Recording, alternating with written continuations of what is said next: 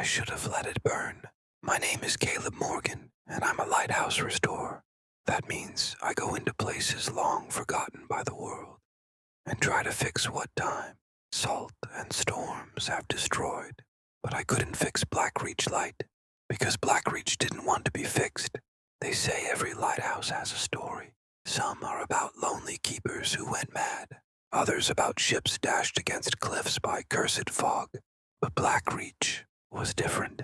It had no documented history, no blueprints, not even a proper location on most coastal maps. Just whispered rumors in fishing towns. Stay away from the island where the sea never sleeps.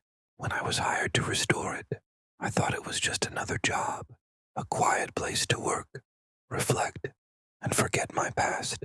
But now I know why they buried its history, because the lighthouse remembers, and it hates being woken up. The island that moves. I arrived on a private tugboat. The captain, an old man named Doyle, refused to dock. I don't go closer than a mile, he muttered, eyes fixed on the dark silhouette of the lighthouse. Island shifts every few weeks. You ever seen a landmass that moves on its own? I laughed. He didn't. You want me to swim the rest of the way? I asked. He handed me a rowboat and a flare gun. If she doesn't like you, light the flare, but don't wait too long. I'll only circle once. As I rowed toward the jagged coastline, I felt it, a hum, not in the air, but beneath the water, like the island wasn't resting on earth, but floating on something alive. The lighthouse was pitch black, tall and narrow, with windows that looked more like eye sockets. Its lantern room was cracked like an old skull. I felt watched. Inside the light, the main door groaned open with a shove. Dust choked the air. There were chains across the stairwell, not for safety, but restraint, as if someone tried to lock something inside the tower. The furniture was too new, not antique. Cans of food still lined the shelves. A sleeping bag lay in the corner, recently used, but no one was there. Just a small note on the wall, scratched in charcoal. Do not relight the beacon. It knows when you do. I ignored it. Something at the glass. I slept in the keeper's room, or tried to. There was this knocking sound, like fingernails tapping glass. I checked every window. Nothing. Then I looked up the stairs and saw a flash of light from the lantern room. But the power was off.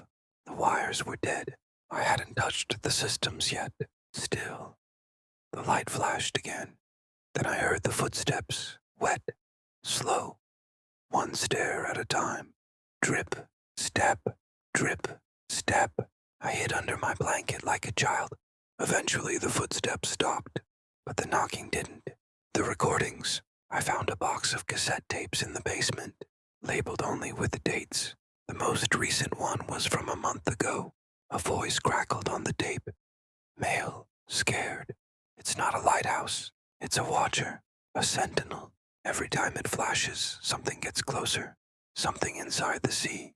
Last night, the fog rolled in and the beacon turned itself on. I saw faces in the surf. Not boats, not fish, just faces. The voice paused, then whispered. She wants to come out. She's almost free. If the light blinks 3 times, that's when she climbs the tower. I rewound the tape. There were exactly 3 light blinks in the background. The faces below. I went to the shoreline that evening to clear my head. That's when I saw them. Beneath the water, rows of faces just below the surface. Eyes open, mouths agape, as if they were screaming under the tide. One of them looked like my father, but he died 20 years ago, in a boating accident, off this very coast. The moment I blinked, they vanished. I ran back to the lighthouse and bolted the doors. I shouldn't have returned, but the island won't let me leave. The fog comes fast, and I swear, the shoreline moves farther away each day. And then, the light came on. That night, the beacon lit itself. I hadn't touched it, hadn't even wired the panel yet, but it flashed 3 times, slow, deliberate, and then I heard it, the clanging of the chains on the stairs, shaking, like something was unbinding itself. I grabbed the flare gun, ran to the door, but it wouldn't open. Then I saw her, At the top of the spiral staircase, a woman, drenched in seaweed, pale skin split down the middle like a gill, eyes glowing, and she was smiling. I don't know how I made it down the stairs. My boots thudded on each step, echoing louder than the surf outside. By the time I reached the base of the lighthouse, my breath was ragged, and my chest felt like it had been filled with ice water. The front door was still locked, sealed from the outside somehow, but the island had changed. Where jagged rocks had bordered the tower earlier that day, now there was a strip of sand, clean, smooth, and impossibly white, a crescent beach that hadn't been there yesterday, as if the sea had pulled back just to lure me. I stepped outside. The air smelled wrong, sweet, almost perfumed, like lilies floating in salt water. Then I noticed the footprints, not mine, not human, long dragging marks through the sand, clawed, webbed. They led away from the lighthouse toward the forested center of the island, a place I hadn't even realized existed. On the map, there was no inland route, just rock and tower. But now, Blackreach had trees, dead ones, twisted, barkless, tall as gallows, and something was moving between them. Fog-bound voices. I followed the tracks. I know I shouldn't have. But I wasn't thinking like a man anymore. I was thinking like prey. The forest swallowed me fast. The trees made no sound. No wind passed through them.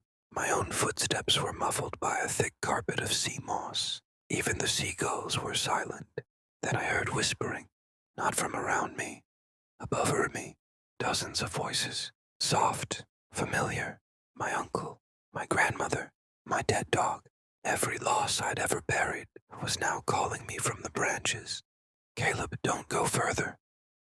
It's waiting in the soil. Turn back before she sees you. But I couldn't, because ahead, through the skeletal trees, was a shack, a keeper's shack. I approached. It was ancient, wood rotted through, windows boarded, but there was light coming from the cracks, greenish, pulsing, and from inside, someone was sobbing. The first keeper. I forced the door open. The light vanished. The sobbing stopped. Inside was a man, or what used to be one, slumped in a corner, skin stretched tight over bones, his mouth sewn shut with fishing line. His eyes were open but dry, dead for years, maybe decades. In his hand was a journal, black leather. I pried it loose. The first entry was dated 1894. The island moved again today. This time it didn't return to the same place. The fog is alive. It wraps around the boats like it's thinking. I saw her last night in the lantern. She crawled across the glass like a spider, upside down. My wife, but it's not her. She's been dead 15 years. The last entry. If you're reading this, don't fix the light. Don't speak her name. Don't let the sea call you. She lives in the blink. A sudden pounding at the door made me drop the journal. 3 knocks.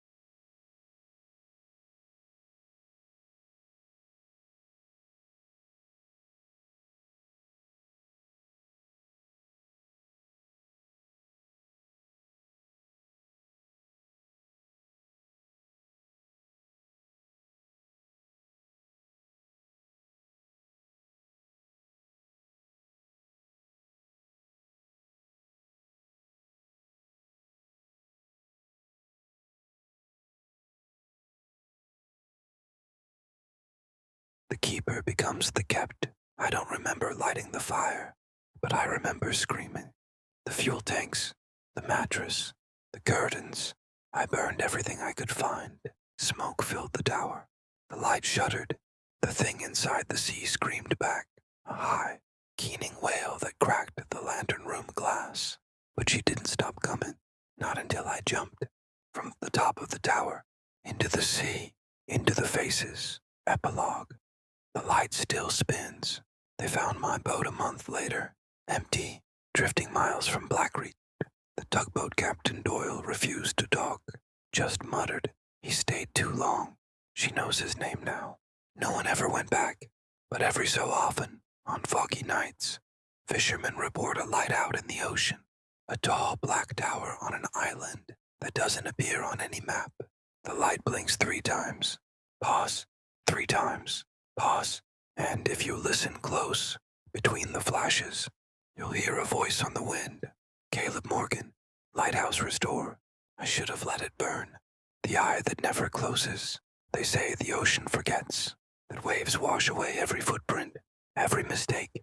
But the sea around Blackreach remembers everything. They never found my body, just the rowboat drifting in circles, a flare gun with 1 round missing, and a burned journal soaked in salt water. The Coast Guard declared me lost at sea.